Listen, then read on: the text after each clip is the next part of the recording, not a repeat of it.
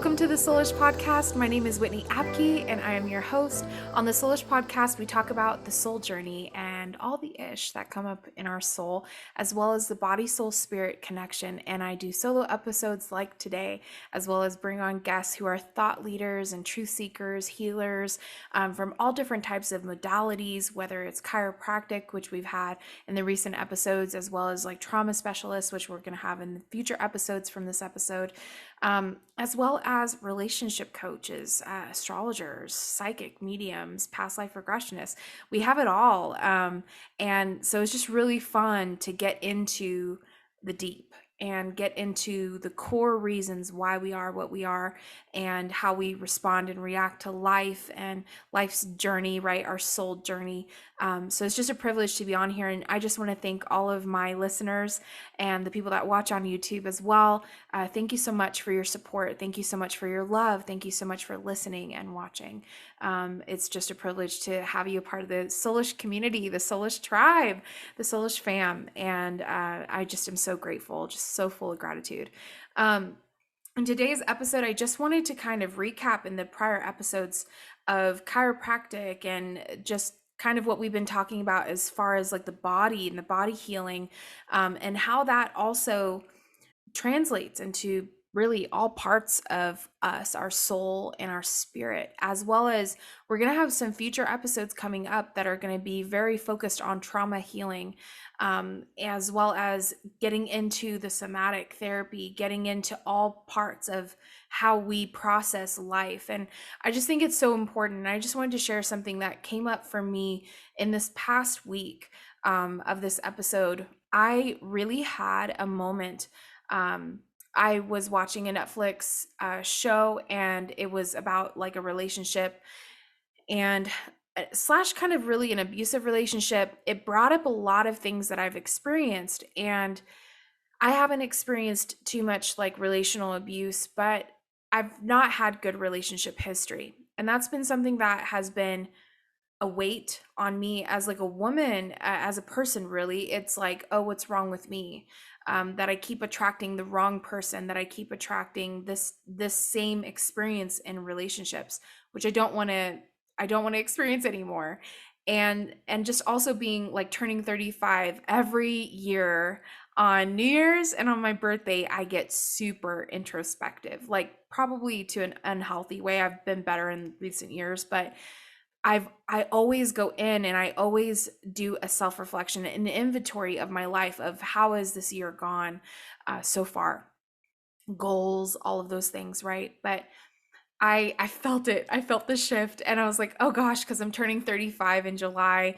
And I just immediately felt the shift of like, oh no, I'm going to that place of like, you're 35 alone in an apartment. Like, this is not what I thought my life was going to be. If at 23, when I was just graduated college, I was a couple years out of college, and I was basically I was just back where I was in my old life, so to speak, like pre-college life. But you know, I've gone through Christian ministry school training to be a youth pastor. I'm taking over my father's youth ministry that he had from my youth pastor that I grew up with.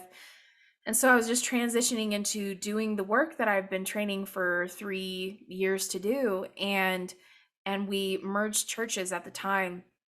And that's when I first met Jesus incarnate, actually. My ex-boyfriend, my first love, really, he was playing Jesus in the Easter play. And I immediately was like, oh, cool. Like both my brother and I, we were really excited because our church had whittled down to be so tiny from all the changes that we had, and my dad's suffering with back issues, and we had so many different things happen in our church growing up. So I really have like a wealth of knowledge when it comes to that experience. But my brother and I, we were just so excited to see young people like our age, because we didn't have very many in our current church. We were kind of it. And so as we were considering merging churches, I was looking at who was playing in this Easter play, and I was just excited to see people our age. But I noticed from the moment I saw that guy, I was like, ooh, hey, you know, immediately attracted, like, there's something about you I like. And yeah, we became best friends. And over a year and a half of being best friends, we ended up dating, but it was extremely toxic and traumatic. And I learned a lot from it. But I see now in looking back, like back then I was 23, I was so young, so naive, so ignorant. I was not hurt yet in the way that I ended up being hurt. And so my little heart just thought, oh, we're gonna get married and we're gonna have babies. And I was not thinking that at 35, right, that I would be single, childless, and be living alone in Denver, Colorado. Never in my wildest dreams would I have pictured the journey that has even led me here and what I've experienced. And so there's just so much there. And I know that you, my listeners, you guys have similar experiences from what you've shared and what we've even talked about. Through private message and different things as you guys have shared your journeys with me, which is just beautiful, lovely, love it, keep it coming. um where it's like, look, I'm 40, I'm 50, I'm 30, I'm 25, and you're like, I would have not thought that I would be where I am now, or where I am now is not what I actually wanted for my life. And I just kind of did what I was told to do, or did what I thought was right. Or, we all have like such different, unique journeys and expressions of life. And so I just find it to be fascinating, when we have opportunities to really go deep and to really heal. It's imperative that we do that. It's huge that we take that opportunity and we don't let it pass us by. And so this past week, on this night, I watched this like cute little romantic flick, and it hit me, just all this stuff that I've experienced, and all of it was coming up. And then it quickly turned into all these like fears of the future, of like whether or not I would ever even find somebody, or whether or not I would ever even whether it would last, whether it'd be actually healthy, helpful, supportive, right? Because that's what I'm holding out for, is a healthy relationship, is not just a quick fix, or like, a quick, whatever. I'm not looking to hook up. I'm really looking for that partnership that's healthy, that's powerful. I'm really looking for a powerful partnership because I want to do powerful things in my life. And so I don't want to partner with somebody that would be unhealthy or diminish, or not be kind of, I guess, supportive of what I do. And hopefully somebody that, whatever they're doing, would be wanting kind of similar things, have same values, right? And purpose driven and all of that. So say that all to say, it was coming up in me so hardcore, and I was getting frustrated because I just wanted to sleep. I just wanted to go to sleep, but it was like hitting me so hard that there was no way for me to ignore it. But I did have a choice, and I made the choice to sit in that pain, to sit in the past and the disappointment, because I've really dealt a lot with the pain. But the disappointment, the resentment of self, of believing whether or not I'm worthy of love, right? We even talked about this, Dr. Seth and I, on the podcast, and I mentioned, I have fluffy lovin's, that like my body is not where I want it to be, although I live a healthy lifestyle, and I'm definitely seeing improvements in different areas of my health and my wellness. But I know that I'm not like supermodel. I'm not going to be like a Victoria's Secret model. I'm never going to be that. I'm always going to have more to love, which is fantastic for the right man. But I I think just society wise, culture wise, even what I've experienced from the men in my life, whether family or friends, or in relationships, there was always a question mark on whether or not I was seen as someone who was beautiful, lovely, worthy of love, or if I'm disgusting and or unlovable, or I'm, one thing, I've mentioned this probably before, but my mom never meant it this way. But because I had that, already had that story, she said, your hair is your one true beauty. And what that told me at the time, and for many years to come, was that all I'm good for is my good hair, right? Like that's my one beauty. That's the one thing that maybe can get all the boys to the yard, is my hair, maybe my boobs, but really nothing else, right? that there's other things that are not as beautiful, as lovely, as worthy of being noticed or seen or, cherished or appreciated. So that just like led me into that same narrative, right? Because it's such a deep spiral. And I know my other friends, my women in my life, we talk about this often of like, what we have inherited and what we have also experienced and how that's translated into what we believe about ourselves. And it's a common thing for women to feel unlovable, to scrutinize our physical appearance, to scrutinize, God forbid you get a pimple in high school, right? And it's like, like the worst thing ever that could ever happen, is that you have like this fat pimple on your chin or like your nose or your forehead or anywhere a pimple is not good pimple. But just that freak out of like there's something different about me, whether it goes down even to like what your nipples look like, it's like in comparing nipples. That is something that women, at least my girlfriends, we giggle and go like, really, it's fascinating. It's just like, man, women are just so beautiful and we're so diverse and dynamic, and there's just so much to love about us and to be in awe of.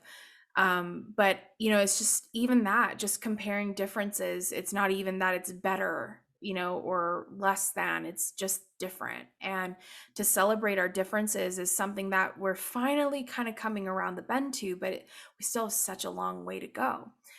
So how does that translate with us and how we deal with our past experiences, with our beliefs, with how we've been treated, how we see ourselves, how we think people see us? And I've had experiences that have confirmed how I feared I was being looked at or judged or perceived, even by family, and it's really painful. And I think that for me in that moment, I was really releasing it. I was really getting into the disappointment of feeling like a disappointment, that I've actually disappointed my family, I've actually disappointed my friends, I've actually disappointed myself. And that there's something wrong with me, that I can't be like a supermodel, that I can't be fully healed, right? That there's something missing in me and that I disappoint my own self. So, therefore, a lack of self love, a lack of self acceptance, actually not just experiencing people being critical of me, but me being even more critical of myself. And I've seen that express itself in me being self deprecating, of me also beating people to the punch, anticipating how I'm going to be viewed. So I can't just show up like I want to show up, like I feel like I want to show up. Instead, I have to cover up. I have to, hide. I have to diminish. I have to try to be in the background. And I'll see if I can actually put up the picture here. I have a picture where, most people would think, oh, she's surrounded by her girls, by her friends. And this was a few years ago, where I was still in church and in church ministry. And I was lucky to, for this one time, be invited by this group of women who I thought were friends. They ended up not really being very much actual friends. But, I was just happy to be in a tribe, because that's something also that I really have always wanted and have wanted to heal, is my relationships with women, is is how I relate to women and how women relate to me. And that's something that sister wound, that mother wound, really, as well as sister wound, is something that I've always wanted to heal. Because man, I've shared, right, like how many bitchy experiences I've had with women, and it's just never really worked out until recently.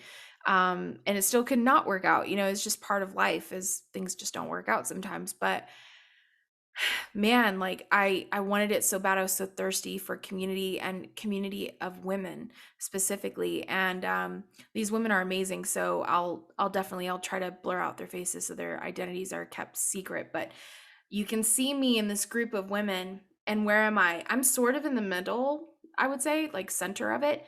But where am I? I'm behind them, so that my body is hidden and all you can see is my face. And at this point, man, I had a personal trainer. I had lost so much weight. I actually could start to see abs. Like um, I was in probably the best shape I've been in many years at this time, and yet I still was like in all black, which I've always done. Because one, I always have felt like black is really classy. Like there's a part of me that's like, ooh, it's so Chanel, it's so classy, it's so Audrey Hepburn. Um, but there is an element to it of like you can hide anything under black, right? Like nobody has to see nothing. So it's like a twofer for me. But I'm in all black from head to toe, and it's the middle of summer slash I think it was like end of summer, like August, and I'm in all black and full sleeve, like long sleeve leggings, boots, and you can't even see it because I'm hidden behind women. And I look at that picture now and I can see that my tendencies have always been to hide, to diminish, to make me not look as big or, whatever. And yet I was the fittest I've ever been, and I actually was in great shape. I was deadlifting 205 and squatting 185. I was squatting and deadlifting more than I weighed, you know?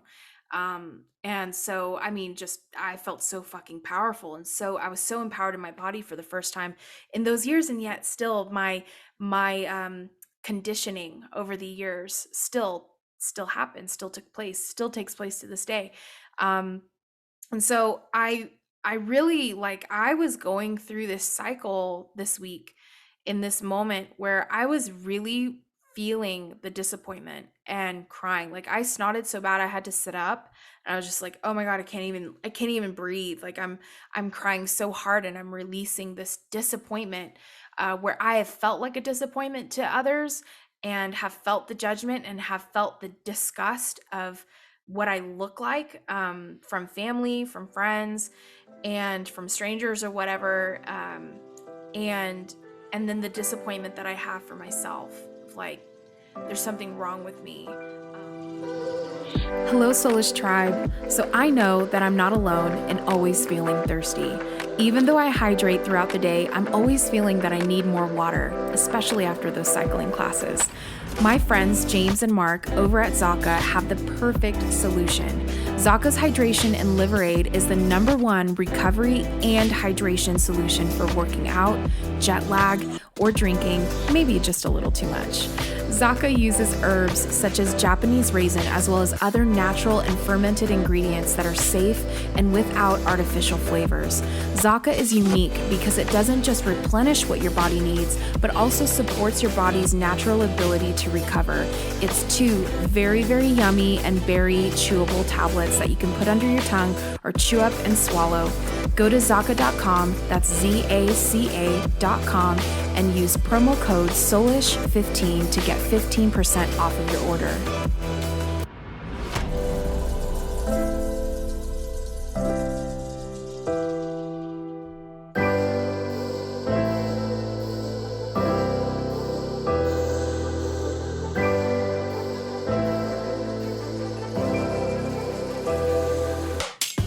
If you're needing healing and an integration of that healing, I've just released a healing package that is just for that purpose. My healing package allows you to truly invest in your healing with 4 2-hour sessions that will support you to reveal, heal, and integrate. Whether you're going through a difficult time or simply want to dig deeper, this package is here for you and with a 50% discount. I truly care that my clients not only experience healing, connection, and freedom during our sessions, but in their everyday lives as well. And this is a typical issue that I see with people that just book one session, is that they miss that integration piece that is so important. Go to whitneyapke.com/book to invest in your healing now. Because I think it goes beyond just what we do. It goes beyond, our, like, how our body even responds. I think when we truly have self-love for ourselves, our body, our soul, and our spirit respond. And so what I realized in this moment was it wasn't necessarily the things that I was doing to be healthy. It's the fact that I lack love in this area of my life. And I've loved myself to an extent, right? It's not that I completely have zero love for myself, but it's that in this deep wounding, in this chasm that has been created in me of disappointment, of resentment, of feeling like there's something missing, that's created a separation, right? Which has then led me to not loving that part of myself, being self-critical, but even beyond that, resenting myself, resenting my body, resenting how I look, resenting my genes, resenting my eating habits or how I was taught to eat growing up, right? Resenting everything, hating everything, being critical and judgy of everything. Instead, I realized, God, I need to send love to this part. I need to love every part of me. I need to love myself. And I need to then also, in that same moment, or maybe after, send love to the people and to release that moment, to release that experience. That's them. That's their projection. That's their decision to think those thoughts, to feel that way, to see me in whatever way. And that's their journey, and I honor it. But that doesn't mean that I have to take it on and wear it, right? And claim it as my own belief, because I think that's what I ended up doing is how people perceive me is how I perceive myself, right? Which is really dangerous because then it's all predicated on other people. Then other people determine how you feel about your own self instead of the other, right? And as much as I am a unity person, a oneness person, I'm also a divinity person, like a sovereignty. Like you have personal sovereignty. In this life, you are a separate human being. You are a separate body. Yes, our spirits are connected. Yes, even maybe our souls are connected. Yes, there is a collective. Yes, there is oneness. And we are coming more into a oneness, but we first have to come into a place of love. Before we can experience oneness density, which is sixth density, right from law of one, we have to experience love. And then fifth density is the density of wisdom. Then we have to have wisdom. Then comes the long process of oneness. That doesn't just happen overnight. And we can experience that within ourselves, but it is a process, and it starts by loving ourselves, by sending ourselves love, by loving every little hidden part, every subconscious separation, or anything that lacks love, anything that lacks peace, anything that lacks joy, because it goes into everything. It permeates everything that you are. You can't just not have love for yourself in one area and think that every other place in your life is not going to be affected by that lack of love. No.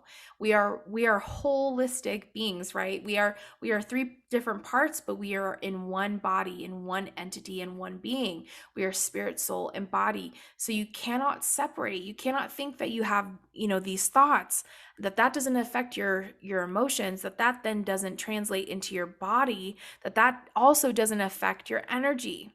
We all know when we walk into a room and someone is insecure, we can feel it. It's energetic. You can almost feel it and then look in the direction that person is standing without ever even noticing them. You can feel it in the room. You can feel it when you're sitting down at a table, right, and having a conversation, and how different people are being triggered by different things in the conversation, and you can feel it, you can see it, right? And yet it's not necessarily physical. You can see the thoughts that pass through people's minds. You can feel the energy of the emotions that are emoting, right? And so I love the conversations that we're about to have with Alex Castro Croy and Lindsay Mack. These are the two guests that are going to be coming up in the upcoming episodes. I'm really, really excited to talk about trauma, releasing pain, and full circle, not just like fix me, not just the microwave quick fix, but actually going in through the process and fully processing our healing and our allowing, but going even deeper than just allowing what is to come up, right? That's step one, I believe, is allowing yourself to feel it. But I think the next steps are not only acknowledging it, recognizing it, but then also choosing to heal it and choosing to love it. Because when we love it, then we can heal it, right? We can only heal it if we feel it, like Dr. Seth, right? And Dr. Darren, feel to heal. But then there's also another process that happens where we have to actually go deeper into the core beliefs, into the little bottom depths of why it is that we are conditioned this way. And for women, I've talked about this also so many times, and I can never say it enough, is that I know that a lot of what I deal with is ancestral. I know that a lot of what I deal with is generational, is societal, is cultural, but I also can't blame it, right? And that's what Lindsay and I talk about, is we can't blame others for how we feel and what we're experiencing. But it is good information, good to acknowledge that this probably stems from more places than just one. And I think that's where it empowers you rather than playing the victim, right? And coming from a disempowered state, it actually empowers you to know, like, look, this is complicated. This is multifaceted in why I've come to this place and this belief and have had these experiences. Is it's not just me. I'm not the problem, right? I have an issue. I have a place of separation, a place of pain or trauma, past experiences that were painful that are maybe not fully healed yet, or I haven't fully integrated that healing, right? Embodied it to where I'm actually living it out, and not attracting again the same experiences into my life. But this is multifaceted. This is multidimensional. This is not just one reason why, right? And so I think that's really good to acknowledge, because it empowers you to realize, there's many factors to why this is something I'm experiencing. But what's so empowering, what I love in even the work I do, is like, this is why I incarnated, not just to be in service to others, but I incarnated to heal this. Like, this is a theme in my life. Cool. Like, I came to heal this, so I'm going to do it. And this may be lifelong, this may be years long, right? For me, it's definitely been years long. It may be lifelong, it may not be lifelong. And I may need to be in another relationship in order to fully integrate and embody this healing, and really come into a whole healed state in this place in my life. That's oftentimes relationships are the best mirrors and best catalysts to our healing and to our wholeness if we allow them, and they're supportive and healthy, obviously. But I just wanted to share that with you, that I really had a really difficult evening and night, and it led me into this place of realizing, got it. There's so much more self-love I need to give, and I really, really finally need to let go of these things that have hindered me, that have blocked me, that have limited me, that have diminished me, that have made me feel not enough. And I've allowed that to be that way, right? Like, that person did what they did. They gave me that look when they thought I wasn't looking and that I didn't catch them, as they're walking up the stairs, giving me a disgusting face, right? Or just the side look, or like the down up look, whatever it is, right? All those different things that we've experienced, or words being said. I even dated a guy for like 3 weeks, and I cut things off because it was not supportive and not what I wanted, right? In a partnership. And he had been so loving and so kind, I would say loving in a light way. He had been so nice and kind. And the second I broke things off, he's shooting me an article about how religion and obesity are, you know, uh, somehow relatable. And I'm like, I'm not even religious, dude. Like, I don't know why you're sending me a fat article. But he's basically saying, like, you're fat and this is why. And it's like, okay. All right. It was just like, and you need to heal. Because I was very kind in the way that I spoke to you, and said this isn't, what I want. Um and so just all those different experiences, man, they add up. And so, not to make it less than it is, it hurt, right? These experiences have hurt me deeply, but it is my choice to hang on to it, to make it a part of my identity, to make it part of who I am and how I see myself, and how I think I am worthy of love. Is I have to get skinny, Victoria's Secret model, right? I have to have a big bootylicious butt that pops out just in the right way, right? But tiny, tiny, tiny, tiny waist, and then my boobs can be as big as I want them to be, or they are, right? Big boobs, big ass, tiny waist, that's what we want, right? And that's when I'll find the right guy, or like I'll be attractive, right? And worthy of love, worthy of being desired, worthy of experiencing love and attraction and chemistry with somebody. But that's not actually true. And there are plenty of perfectly proportioned people, that we would say are perfectly proportioned, people that don't experience love either and feel the exact same way I do. And so it's such an amazing perspective to have, a perspective shift to have, that it doesn't matter actually how you look. It doesn't actually matter even how you feel. The perceptions that we have are not always reality.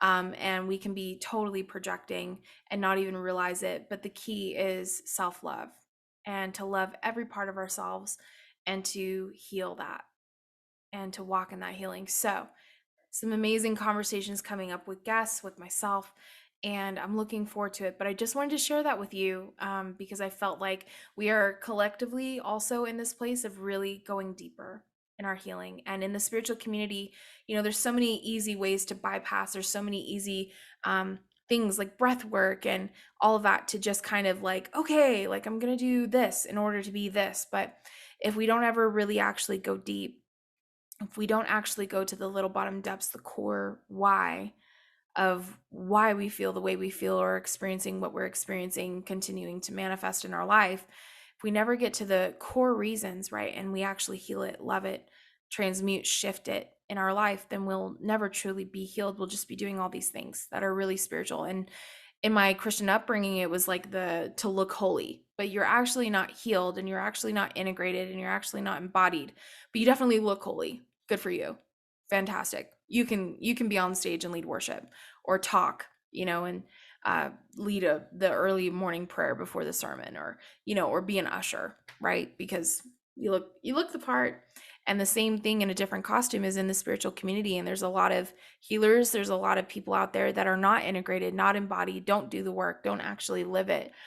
And then there are a lot of people that do. So there's a lot of spiritual teachers out there that, they don't live what they teach. And so that's where it's just a matter of not judging, but just understanding that what we think we see is not always reality. And it's really important to just really focus in on our perceptions of ourselves, what we love about ourselves, where we lack love in ourselves, and to love it. So I love you all, and I'm sending you tons of love. Thank you so much for listening to this episode. Super excited for the upcoming episode with Alex. It's going to be amazing. So good. So glad that I have him back to continue the conversation. And then I'll have Lindsay and then so many more other guest episodes to come. So it's all good. And we're going into the summer just really focusing in on that healing, man, healing anything that limits us.